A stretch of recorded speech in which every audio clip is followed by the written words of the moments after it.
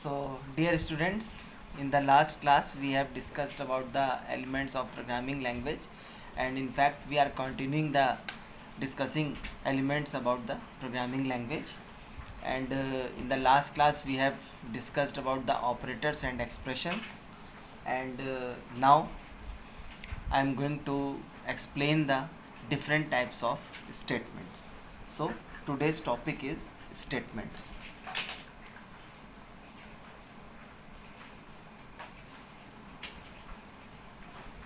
Statements. ठीक है.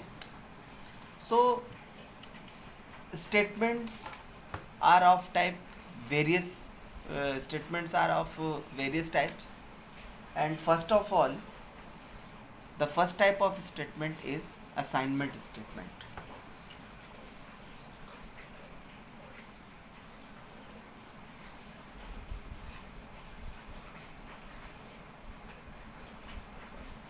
Assignment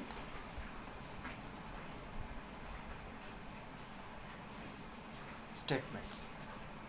What is assignment statement? Assignment statement means when assignment operator used in any statement, then it is known as assignment statement.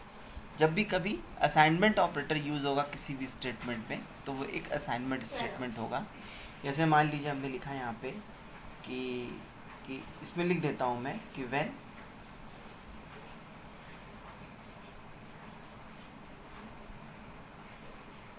Assignment operator is used. Assignment statement में assignment operator use किया जाता है. So for example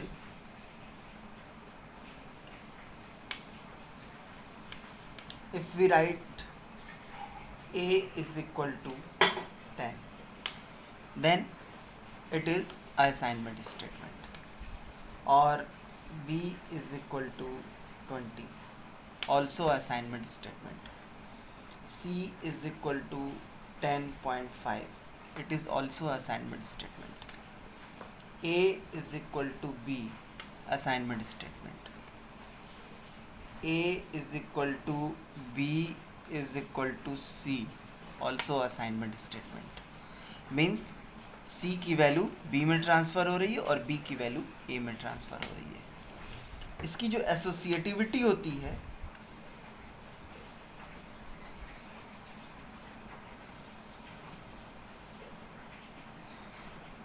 वो हमेशा right to left होती है. मतलब जो राइट साइड मतलब असाइनमेंट ऑपरेटर ये है, ये इक्वल साइन जो है वो असाइनमेंट ऑपरेटर है. जब भी असाइनमेंट ऑपरेटर यूज़ होता है तो असाइनमेंट ऑपरेटर के राइट साइड की वैल्यू हमेशा लेफ्ट साइड में ट्रांसफ़र होती है. इसीलिए हम लोग बोलते हैं इसकी एसोसिएटिविटी राइट टू लेफ्ट होती है. तो this is the assignment statement. Now the second type of statement is in fact variable declaration is also a assignment statement. जैसे कि ये variable declaration है a is equal to 10, b is equal to 20, ये भी एक assignment statement ही है. अब क्या है कि जैसे कि second type of statement है which is input and output statement.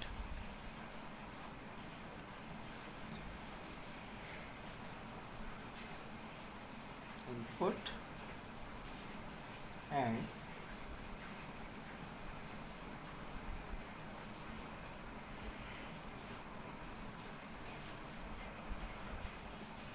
Statement. Input statement क्या होता है और आउटपुट स्टेटमेंट क्या होता है कि व्हेन वैल्यूज आर वैल्यू और वैल्यूज़, मतलब एक वैल्यू भी हो सकती है, मल्टीपल वैल्यूज़ भी हो सकती हैं. तो व्हेन वैल्यू आर या वैल्यू इज़ आर कर देते हैं, are supplied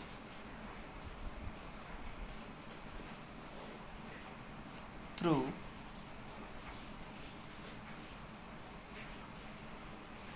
when values are supplied through keyboard,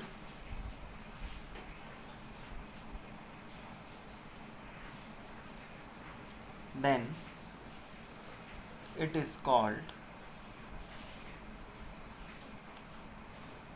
input. ठीक है ना। जब वैल्यू को हम लोग कीबोर्ड से सप्लाई करते हैं तो उसको हम लोग इनपुट स्टेटमेंट बोलते हैं। अभी क्या है कि जैसे कि मान लीजिए, अब इनपुट स्टेटमेंट का मतलब यही है कि वैल्यू को हम रन टाइम पर कीबोर्ड से सप्लाई करते हैं, मतलब eight the time of execution.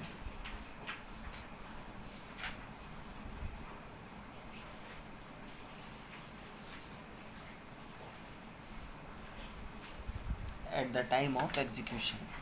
In this case input statement is called. ठीक है। and when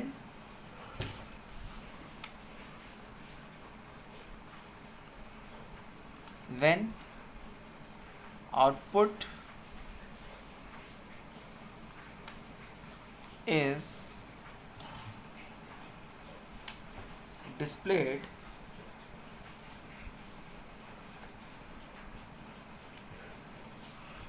on the monitor,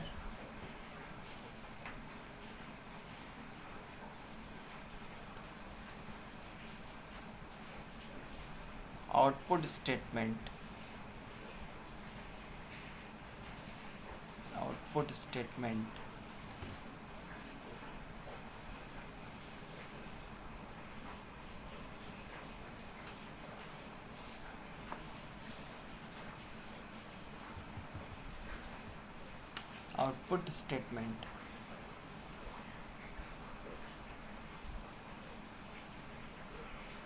is used। अब जैसे कि जब वैल्यू को मॉनिटर पर डिस्प्ले किया जाता है तो आउटपुट स्टेटमेंट यूज़ होता है। तो सबसे पहले हम लोग इनपुट स्टेटमेंट के बारे में देखते हैं। तो इनपुट जो है,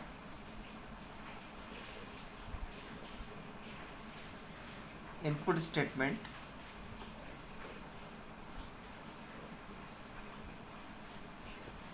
स्टेटमेंट में एक फंक्शन होता है इनपुट, उसको हम लोग कॉल करते हैं इनपुट। और ये फंक्शन की पहचान है कि इनपुट या किसी भी फंक्शन के आगे एक एम्प्टी पेयर ऑफ पैरेंथेसिस जरूर रहता है। एम्प्टी पेयर ऑफ पैरेंथेसिस जरूरी नहीं है कि एम्प्टी पेयर ऑफ पैरेंथेसिस हो सकता है कि जो पेयर ऑफ पैरेंथेसिस है वो एम्प्टी भी हो सकता है और नॉन एम्प्टी भी हो सकता है, लेकिन पेयर ऑफ पैरेंथेसिस जरूर रहेगा। कोई भी फंक्शन होगा, कोई भी मेथड होगा, जब उसको हम लोग कॉल करेंगे तो उस मेथड की ये आइडेंटिफिकेशन होती है कि उसके आगे एक पेयर ऑफ पैरेंथेसिस जरूर रहता है। तो इनपुट कराने के लिए हम लोग इनपुट स्टेटमेंट यूज़ करते हैं, इनपुट फंक्शन कॉल करते हैं। अब जैसे कि मान लीजिए हमने यहाँ पे लिखा कि a इज़ इक्वल टू 10 और b इज़ इक्वल टू 20। ठीक है।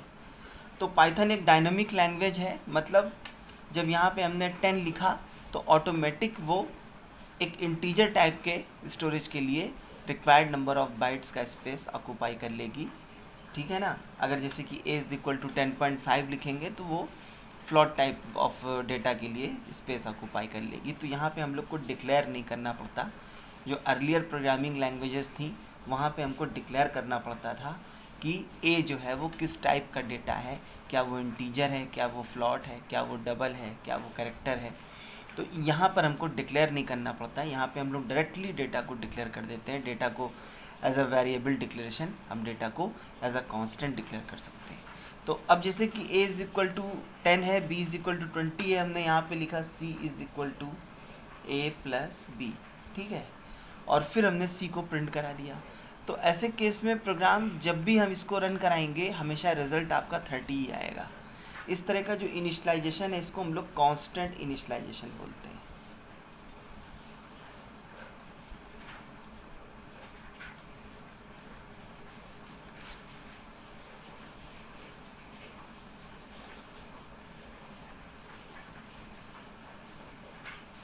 या फिर इसको हम कांस्टेंट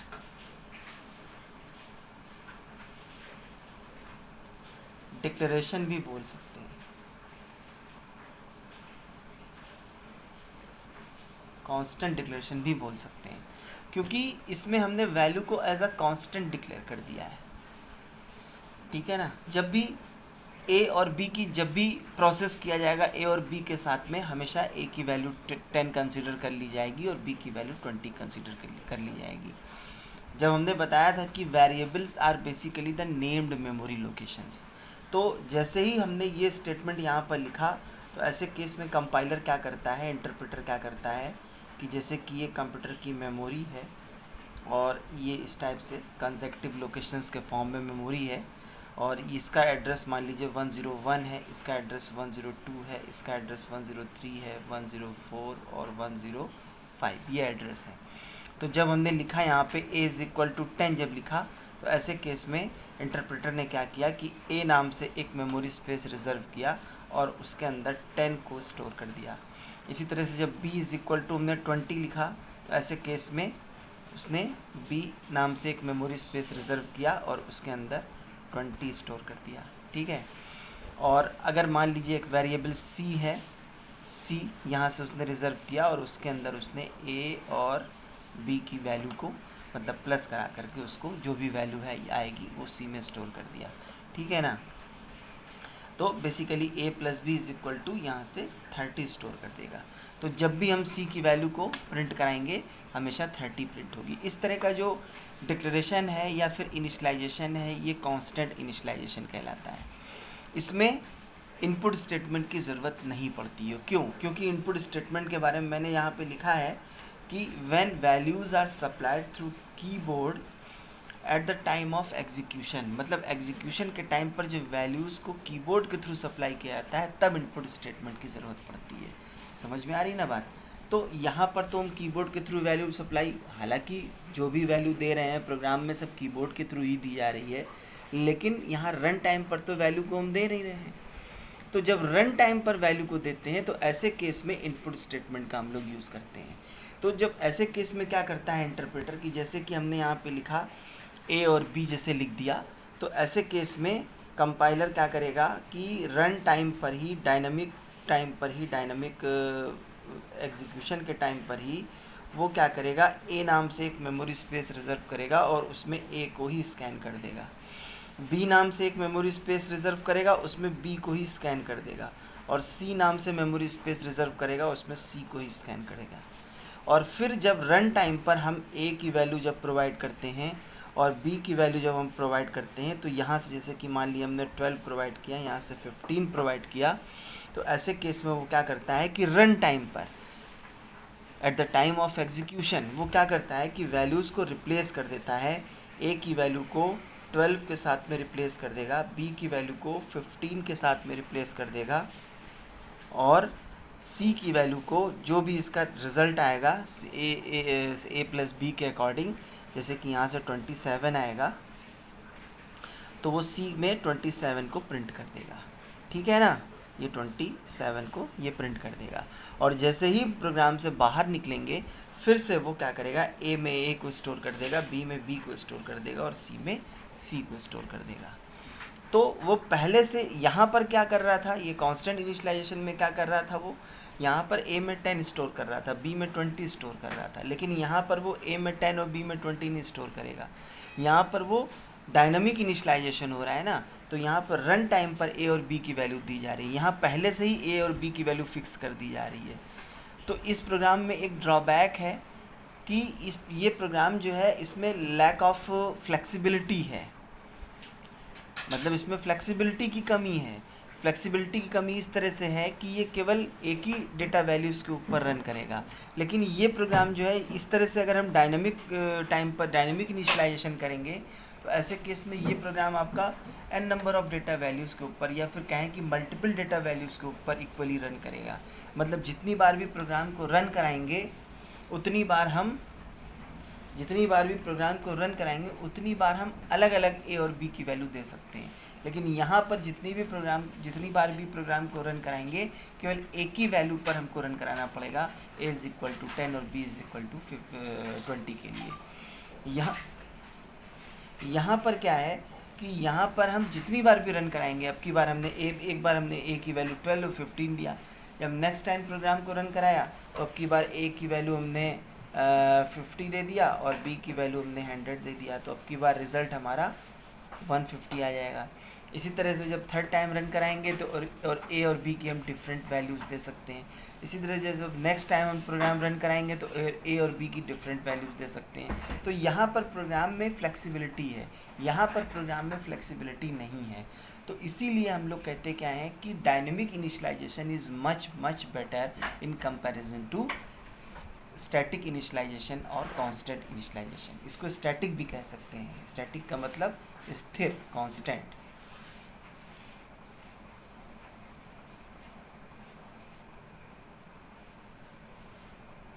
इसको स्टैटिक भी हम लोग बोल सकते हैं, ठीक है ना। तो डायनेमिक जब इनिशियलाइजेशन करते हैं तो वैल्यू को, अभी ये बात समझ में आ गई होगी आपके कि कांस्टेंट इनिशियलाइजेशन हम लोग पहले ही से ही फिक्स कर देते हैं वैल्यूज़ को एज अ कांस्टेंट। जैसे कि यहाँ से ए की वैल्यू हमने 10 फिक्स करी, बी की वैल्यू 20 फिक्स करी, लेकिन डायनेमिक इनिशियलाइजेशन में हम वैल्यूज़ को पहले से फिक्स नहीं करते हैं बल्कि रन टाइम पर प्रोवाइड करते हैं। समझ में आई ना बात। तो यहाँ पर ये जो प्रोसेस है, ये प्रोसेस इज़ ज़्यादा फ्लेक्सिबल है in comparison to static declaration या फिर स्टैटिक इनिशियलाइजेशन। और इस तरह का जो प्रोसेस है ये डायनेमिक इनिशियलाइजेशन है, या फिर इसको हम ठीक है ना।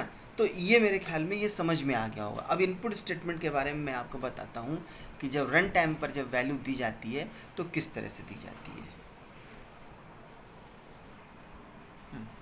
तो देखिए इनपुट स्टेटमेंट किस तरह से यूज़ किया जाता है कि जैसे कि यहाँ से हमने एक वेरिएबल हमने ले लिया ए और एक वेरिएबल ले लिया बी। तो जैसे कि यहाँ से हम लिखेंगे, अब ए अगर इंटीजर है, मान लेते हैं कि ए इंटीजर है, जब भी हमको वैल्यू देंगे ए की तो एक इंटीजर वैल्यू ही हम ए की देंगे। तो ऐसे केस में हम लिखेंगे कि एक इनपुट स्टेटमेंट कि a is equal to integer input, इस तरह से, ठीक है ना। तो अब ये लिखने का मतलब ये है कि रन टाइम पर ए की वैल्यू हमको देनी है। मान लीजिए बी के बारे में लिखना है तो b is equal to integer और इनपुट, इस तरह से, ठीक है। अब जैसे कि मान लीजिए ए और बी इंटीजर ना हो करके फ्लॉट हैं, तो ऐसे केस में हम इसको इस तरह से भी लिख सकते हैं कि a is equal to float input, इस टाइप से, या फिर b is equal to float input, ठीक है ना। ये है। तो अभी a क्या है इसमें, a जो है वो एक आइडेंटिफायर है।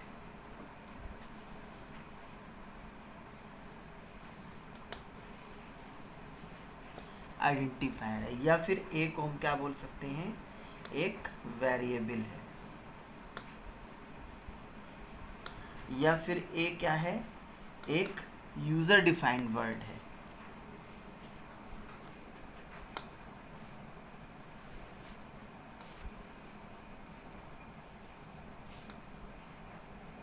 यूजर डिफाइंड वर्ड है, ठीक है ना। और यहाँ पे इंटीजर int क्या है, एक कीवर्ड है, या फिर इनपुट अगर हम लिख रहे हैं तो वो भी एक कीवर्ड है, ठीक है। तो कहने का मतलब ये है कि ए की जगह आप कुछ भी लिख सकते हैं। ए की जगह पे आप, जैसे कि मान लीजिए आपने लिखा यहाँ पे कि आपने लिखा कि number n1 is equal to integer input. तो अब n1 क्या है, एक नंबर है, उसको मैंने n1 डिक्लेयर कर दिया है, तो ये एक वेरिएबल है, ये एक आइडेंटिफायर है। अब रूल्स फॉर आइडेंटिफायर इसमें फॉलो होने चाहिए। रूल्स फॉर आइडेंटिफायर्स क्या है कि first character must be an alphabet और अंडरस्कोर, नॉट द डिजिट। दूसरा है can consist of letters underscores and digits only, no fourth character can be included in naming variables और identifier. Third rule क्या है कि वाइट स्पेसेस और blank spaces are strictly not allowed. समझ रहे हैं ना? तो वही रूल इसके अंदर फॉलो होने चाहिए। मान लीजिए हमने यहाँ पे लिखा कि radius is equal to float input, ये लिख दिया। या फिर मान लीजिए हमने लिखा यहाँ पे कि कुछ भी लिख सकते हैं, जैसे कि मान लीजिए हमने लिखा यहाँ से कि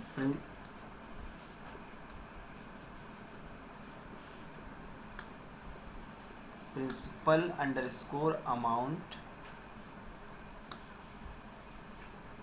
is equal to integer input, ये लिख दिया। अब प्रिंसिपल अमाउंट यूज़र जो है वो रन टाइम पर प्रोवाइड कर रहा है थ्रू द कीबोर्ड। इसी तरीके से मान लीजिए हमने लिख दिया। अब प्रिंसिपल अमाउंट क्या है? प्रिंसिपल अमाउंट जो है वो एक आइडेंटिफायर है, वो एक यूज़र डिफाइंड वर्ड है। यहाँ पर आप लोग को बहुत अच्छे से समझ लेना है कि यहाँ पे आप रूल्स फॉर आइडेंटिफायर्स को फॉलो करते हुए कोई भी आइडेंटिफायर आप ले सकते हैं, समझ रहे हैं ना? लेकिन आइडेंटिफायर में नॉट बी अ कीवर्ड, एक कीवर्ड को आप आइडेंटिफायर नहीं ले सकते हैं। बाकी कोई भी आइडेंटिफायर ले सकते हैं, बस उसके पैरामीटर्स फॉलो होने चाहिए, उसके रूल्स फॉलो होने चाहिए। ज़रूरी नहीं है प्रिंसिपल अमाउंट को आप प्रिंसिपल अंडरस्कोर अमाउंट लिखें, आप पी ए लिख दीजिए, पी ए लिख दीजिए, आप p underscore a m t लिख दीजिए, आप पी ए एम टी लिख दीजिए, है ना? तो कुछ भी लिख सकते हैं आप। तो ये इनपुट स्टेटमेंट है। तो अब मेरे ख्याल में इतने सारे एग्जाम्पल बता दिए तो समझ में आ गया होगा कि इनपुट स्टेटमेंट किस तरह से लिखा जाता है। रन टाइम पर, मतलब फिर से बता दे रहा हूँ कि जब रन टाइम पर वैल्यू प्रोवाइड की जाती है तो ऐसे केस में इनपुट स्टेटमेंट का यूज़ किया जाता है। फिर आते हैं हम लोग आउटपुट स्टेटमेंट पे।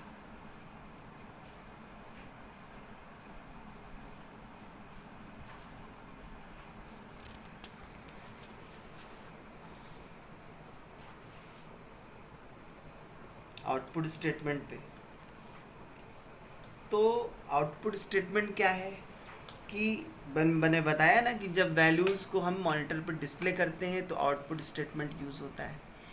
तो आउटपुट स्टेटमेंट मतलब वैल्यूज़ को जब मॉनिटर पर जब डिस्प्ले कराएंगे तो ऐसे केस में जैसे कि इनपुट के लिए हम लोग एक फंक्शन, बिल्ट इन फंक्शन, पहले से ही बना बनाया function, readymade function input call करते हैं ना, उसी तरह से कोई भी वैल्यू मॉनिटर पे प्रिंट कराने के लिए हम लोग फिर से एक बिल्ट इन फंक्शन या फिर प्री डिफाइंड फंक्शन जो कि लैंग्वेज में पहले से ही डिफ़ाइन किया गया है, या फिर आप उसको लाइब्रेरी फंक्शन भी बोल सकते हैं, तो एक पहले से ही रेडीमेड फंक्शन बना हुआ है, उसका नाम है print function. Print function is used.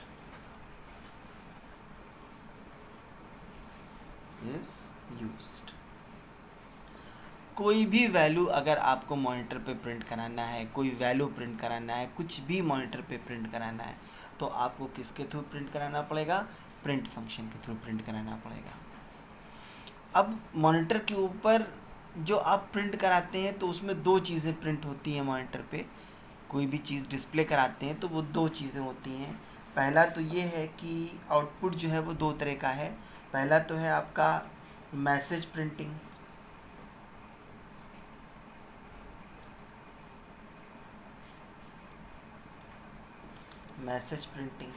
और दूसरा है value printing.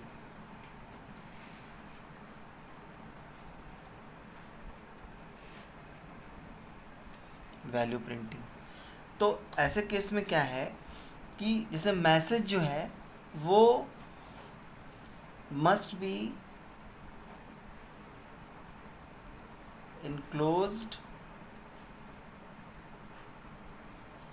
enclosed with single और double quotation. Double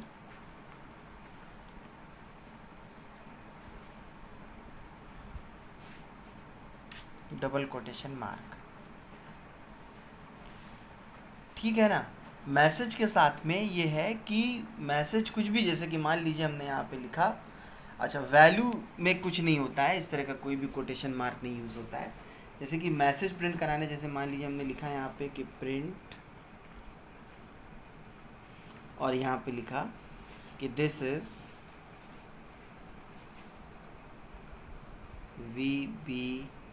VBPS Allahabad या प्रयागराज,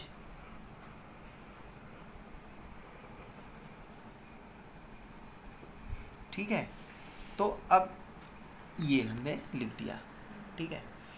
तो अब जैसे ही आप एंटर की प्रेस करेंगे तो ये मैसेज आपका एज इट इज़ प्रिंट हो जाएगा। मैसेज में आप ये डबल कोटेशन या फिर सिंगल कोटेशन के अंदर जो कुछ भी लिख देंगे वो एज इट इज़ प्रिंट हो जाएगा। जैसे कि मान लीजिए आपने लिखा है यहाँ से कि print Python is better than C++, तो ये एज अ मैसेज प्रिंट हो जाएगा, एज अ स्ट्रिंग प्रिंट हो जाएगा। आपने लिखा है यहाँ पे कि print India is a great country,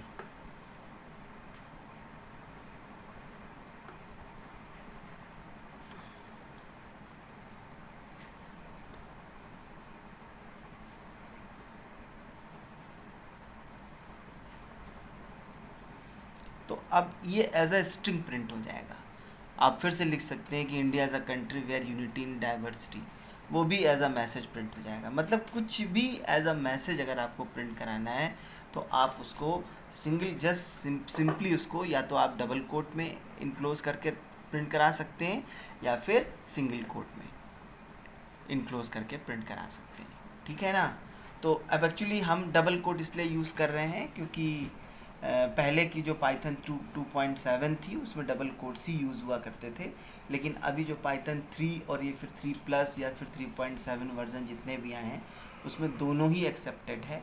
चाहे आप डबल कोट यूज़ कर लीजिए, चाहे आप सिंगल कोटेशन यूज़ कर लीजिए, कोई भी स्ट्रिंग प्रिंट कराने के लिए, कोई भी मैसेज प्रिंट कराने के लिए जैसे है वैसे ही प्रिंट हो जाए। आप पूरी कहानी प्रिंट करा दीजिए इसके अंदर, आप डबल कोटेशन में लिख करके पूरी की पूरी कहानी पूरी की प्रिंट हो जाएगी वहाँ मॉनिटर के ऊपर, ठीक है ना। तो एक तरह का आउटपुट तो ये हो गया आपका मैसेज प्रिंटिंग। अब वैल्यू प्रिंटिंग किस तरह से की जाती है, जैसे कि हमने यहाँ पे लिखा वैल्यू प्रिंटिंग के लिए कि नए पर बताते हैं मिटा करके, 1 मिनट। तो ये तो था आपका मैसेज प्रिंटिंग, या फिर कह लीजिए कि स्ट्रिंग जो भी प्रिंट कराना है आपको। मैसेज एक तरह का स्ट्रिंग होता है। स्ट्रिंग क्या होता है? Sequence of characters. String is a sequence of characters. Now let's talk about the value printing. As I said earlier that 2 types of outputs are there. One is message printing and other one is value printing. So what about value printing? So in the instance of Python, value is printed as it is. जैसे कि मान लीजिए कोई a एक variable है, ये एक variable a है कोई। अब इसको आपको प्रिंट कराना है, आप सिंपली लिख दीजिए यहाँ पे कि प्रिंट a, ठीक है। अब मान लीजिए a की वैल्यू 10 है, तो ऐसे केस में जब आप इसको रन कराएंगे तो क्या प्रिंट होगा? 10 प्रिंट हो जाएगा। समझ में आई ना बात? वैल्यू इस तरह से प्रिंट होगी। जिस भी वेरिएबल की वैल्यू प्रिंट करानी है वो वेरिएबल आप सिंपली यहाँ पे रख दीजिए। जैसे मान लीजिए आपने प्रिंट कराया जैसे आपने एक वेरिएबल माना एरिया, और आपने यहाँ से मान लिया कि एरिया इज इक्वल टू 100.66, ठीक है। तो आपने यहाँ पे लिखा कि प्रिंट एरिया, और सिंपली आपने एंटर की प्रेस किया जब, तो यहाँ से प्रिंट हो गया 100.66। 6 अब ये चीज़ ध्यान रखनी है कि अगर आपने यहाँ पे ए कैपिटल माना है तो आपको कैपिटल ही लिखना पड़ेगा यहाँ पे। वॉट एवर डेटा और whatever variables are used in the programming language, they can be used as it is declared. अगर आपने कैपिटल लेटर में उसको डिक्लेयर किया है तो आपको उसे पूरे प्रोग्राम में कैपिटल लेटर में ही यूज़ करना है। अगर आपने उसको स्मॉल लेटर में यूज़ किया है तो पूरे प्रोग्राम में स्मॉल लेटर में ही यूज़ करना है। अगर आपने लिखा है यहाँ से एरिया जो है इस तरह से लिखा है कि AREA ऐसे लिखा है तो फिर ऐसे ही लिखना पड़ेगा आपको, क्योंकि जो डिक्लेयर किया है आपने कंपाइलर वही पहचानेगा केवल, और कुछ नहीं पहचानेगा। ये केस सेंसिटिव भी है। कहने का मतलब है कि पाइथन, मैंने शुरू में बताया भी था कि Python is a case sensitive language. Case sensitive language का मतलब क्या होता है कि capital A is equal to capital A and small a is equal to small a. Capital A is not equal to small a. ठीक है ना। तो इस चीज़ का ध्यान रखना है कि जो आइडेंटिफायर आप डिक्लेयर कर रहे हैं फिर एग्जैक्टली वही आइडेंटिफायर आप यहाँ पर यूज़ करिए। क्लियर हो गई बात। तो वैल्यू इस तरह से प्रिंट होती है। ठीक है। अब तीसरा केस क्या होता है कि जब हमको मैसेज भी प्रिंट कराना है और वैल्यू भी प्रिंट कराना है। जैसे मान लीजिए हमने एक छोटा सा प्रोग्राम लिखा है यहाँ पे कि a is equal to 10, b is equal to 20। ठीक है। और फिर आउटपुट जो है, या चलिए ठीक है, आउटपुट जो है ये आना चाहिए आपका। किस फॉर्म में आना चाहिए? आना इस तरह से चाहिए कि the value of a is equal to 10, the value of b is equal to 20, और आउटपुट आना चाहिए कि the sum is equal to 30। ये आउटपुट आना चाहिए। ठीक है ना। ये आउटपुट आपकी स्क्रीन के ऊपर आना चाहिए। ठीक है। तो ऐसे केस में हम क्या करेंगे, a is equal to 10 declare कर दिया, b is equal to 20 declare कर दिया। अच्छा, डिक्लेयर करते टाइम भी आपको ध्यान रखना है कि ये तो वैलिड डिक्लेरेशन है, लेकिन अगर आपने इस तरह से लिख दिया कि a is equal to 10, b is equal to 20, तो ये इनवैलिड है according to the syntax of Python. तो इसको इस तरह से अगर डिक्लेयर करना है तो आप इस तरह से डिक्लेयर कर सकते हैं, ये रॉन्ग हो जाएगा, इनवैलिड हो जाएगा। इसको अगर डिक्लेयर करना है तो आप ऐसे डिक्लेयर करिए a, b is equal to 10, 20, और या फिर दो अलग अलग लाइन में जैसे ये डिक्लेयर किया है हमने वैसे डिक्लेयर कर सकते हैं आप। ठीक है। अब इसके बाद में फिर आपने क्या किया यहाँ से कि c is equal to a plus b कर दिया।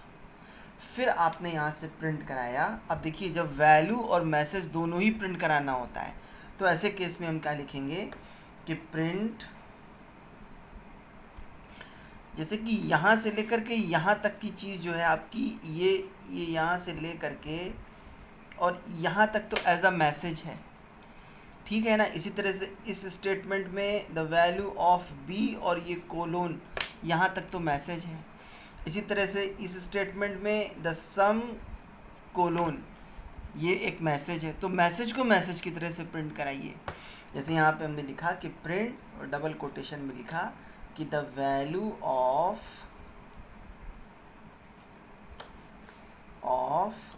a, और इतना तो एज अ मैसेज है, तो यहाँ से एज अ मैसेज ही प्रिंट हो गया।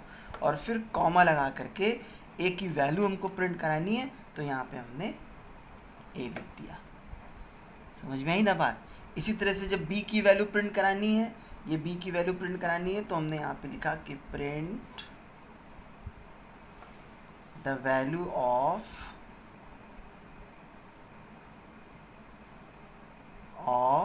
b और कोलोन, ये तो एज अ मैसेज प्रिंट हो गया, और फिर कॉमा लगा करके यहाँ से b को मैंने लिख दिया बी प्रिंट हो गया। अब यहाँ अगर स्मॉल बी लिख दिया तो फिर वेरिएबल नॉट डिफाइंड एक एरर आ जाएगा प्रोग्राम में। क्यों?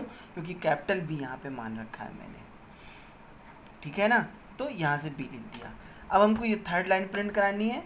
हमने यहाँ पे लिखा कि print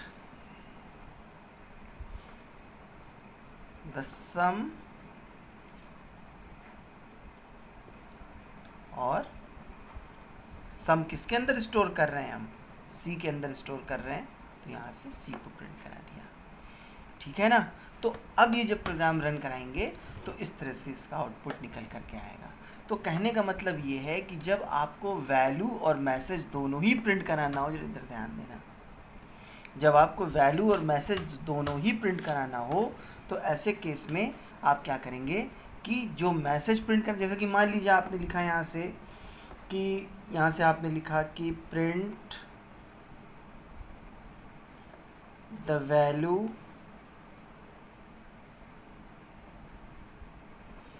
of a is equal to a. अब फिर से हमने मैसेज प्रिंट कराया, कॉमा लगाया and the value of b is equal to b. अब ये देखिए, अब ये दोनों स्टेटमेंट एक ही लाइन में प्रिंट हो गए।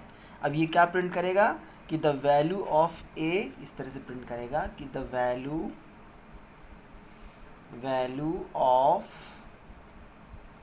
Of a is equal to 10 and, अब ये एंड उसी लाइन में प्रिंट करेगा, यहाँ जगह नहीं इसलिए मैं नीचे की लाइन पे लिख रहा हूँ, and the value of B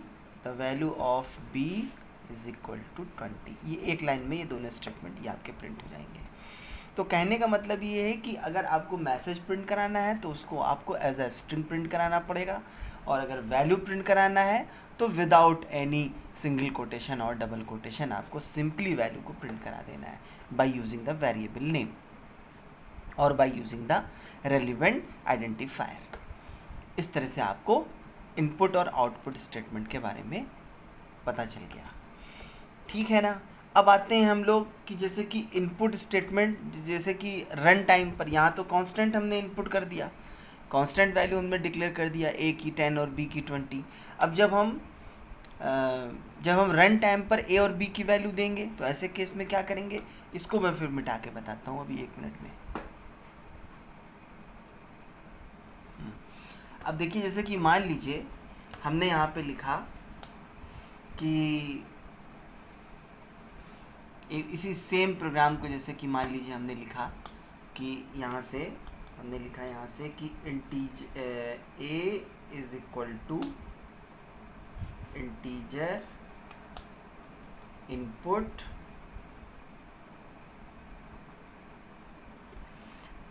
और इंटीजर इनपुट, और इसके बाद में जो भी मैसेज आपको देना हो, यहाँ पे जैसे कि मैसेज दे दिया कि please enter the first number, ठीक है, ये मैसेज हमने दे दिया। तो अब इसी स्टेटमेंट को आप 2 लाइन में भी लिख सकते हैं। आपने यहाँ पे लिखा कि प्रिंट और एंटर द फर्स्ट नंबर, ये मैसेज प्रिंट कराया, और फर्स्ट नंबर को अगर आप ए में स्टोर करा रहे हैं तो a is equal to integer input, ये इस तरह से। तो ये 2 लाइन भी कर सकते हैं, और अगर दोनों को एक लाइन में करना है तो इस तरह से भी आप लिख सकते हैं। इसके बाद में फिर हमने मान लिए दूसरा स्टेटमेंट लिखा कि b is equal to integer input, now enter the second number,